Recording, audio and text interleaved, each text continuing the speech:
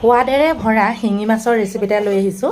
মাছখিনি নিমখ দি খুব চাফাকৈ ধুই ল'লোঁ, যিহেতু যথেষ্ট বিজল থাকে। কেৰাহী এটা গৰম কৰি তেলখিনি গৰম হোৱাৰ লগে লগে নহৰু 10 ফুটা দি দিলোঁ। এয়া মাছখিনি নিমখ আৰু হালধি সানি যোগ কৰি দিলোঁ। অকণমান সময় ভাজি ল'লোঁ। এতিয়া মই সৰু সৰুকৈ কাটা পিঁয়াজ লগতে ফালি লোৱা জলকীয়া সকলোখিনি ইয়াতে মিশ্ৰণ কৰি দিলোঁ। অকণমান সময় এনেধৰণে ভাজি লৈছোঁ। এয়া 2-3 মিনিট ভজাৰ পাছতে এতিয়া নৰসিংহ পাত কেইটামান মিহি মিহিকৈ কাটি যোগ কৰি দিলোঁ।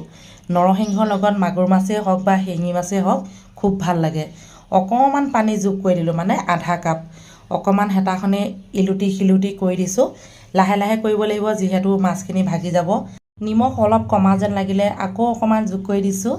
এতিয়া উতলিবলৈ দিলোঁ 10 মিনিট। শেষত দিছোঁ কেঁচা কেঁচা মান ধনিয়া পাত দি অকণমান লৰাই দিলোঁ। সুন্দৰকৈ হৈ গ'ল মোৰ শিঙি মাছ।